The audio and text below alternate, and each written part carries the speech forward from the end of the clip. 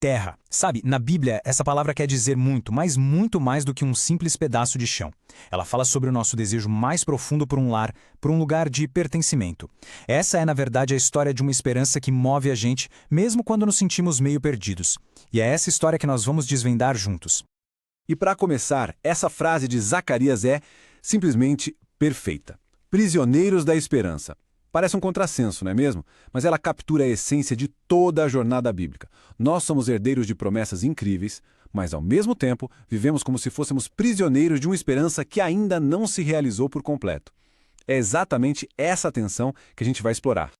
Bom, esse aqui é o nosso roteiro. A gente vai começar entendendo o que a Terra simboliza, depois vamos passar pela perda do Éden, seguir a jornada da promessa com Abraão, ver o ciclo de exílio e retorno de Israel, descobrir como Cristo é o cumprimento de tudo isso e, por fim, entender o que significa ser um peregrino nos dias de hoje. Ok, então vamos mergulhar nisso de cabeça. Quando a Bíblia fala sobre a Terra, raramente é só sobre geografia. A Terra é um presente, um símbolo que a gente pode tocar da aliança e do relacionamento entre Deus e o seu povo. É basicamente o grande palco onde toda a história da redenção acontece. E o que é realmente fascinante aqui é como esse tema da Terra funciona como as duas capas de um livro para toda a narrativa da Bíblia. Ele aparece lá no comecinho de tudo com a criação e o Jardim do Éden e reaparece lá no fim de tudo com a nova Terra. Ou seja, ela emoldura toda a história da salvação. Agora, vamos voltar lá para o começo de tudo. A história da nossa inquietação, daquele sentimento de que a gente não pertence totalmente a lugar nenhum, começa aqui, com um lar perfeito no Éden e a trágica expulsão que veio depois. Esse slide aqui ilustra o contraste de uma forma brilhante. De um lado, o plano original de Deus, uma vida estável, sedentária, na presença direta dele. Do outro, a consequência do pecado que quebrou tudo isso. Uma vida nômade, de deslocamento e, o mais doloroso de tudo, o exílio da presença de Deus. A humanidade passou de residente a errante. E o ponto crucial é este. Adão e Eva se tornaram os primeiros refugiados espirituais da história. E desde então, toda a humanidade carrega essa herança de ser nômade, de estar numa jornada, sempre esperando retornar ao nosso verdadeiro lar. Mas, felizmente, a história não termina em perda.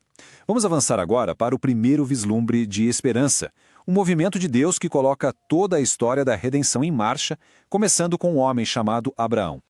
Esse chamado a Abraão é, sem dúvida, um divisor de águas. É a transição do juízo para a promessa. Deus não está só punindo o exílio, ele está iniciando uma jornada de volta para casa. Uma jornada que levaria séculos, claro, mas que começou com um único passo de fé. E que jornada, hein? Dá uma olhada nessa linha do tempo. Desde o chamado de Abraão, passando por 400 anos no Egito, 40 anos no deserto, por gerações inteiras o povo de Deus foi definido não por um lugar fixo, mas pela peregrinação e pela esperança de um dia chegar. Eles estavam sempre a caminho. A gente poderia até pensar que a história termina com a entrada em Canaã, a terra prometida. Final feliz, certo? Mas a verdade é que o ciclo de exílio estava longe, bem longe de acabar. A posse da terra era mais complexa do que simplesmente chegar lá. E aqui a gente vê um padrão trágico se repetindo. Israel entra na terra, mas a posse dela sempre esteve ligada à obediência. A desobediência enfraqueceu o domínio deles, até que finalmente foram exilados de novo, dessa vez para Babilônia. E mais uma vez se tornaram nômades, prisioneiros longe de casa. Mas, olha, mesmo no momento mais sombrio do exílio na Babilônia, a esperança não morreu.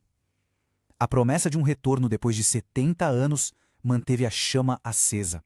E esse retorno se tornou um símbolo poderosíssimo de restauração, quase como uma nova criação. Isso tudo nos leva à maior reviravolta de toda essa narrativa. Vamos ver agora como Jesus entra nessa história, e não apenas a cumpre, mas a redefine por completo.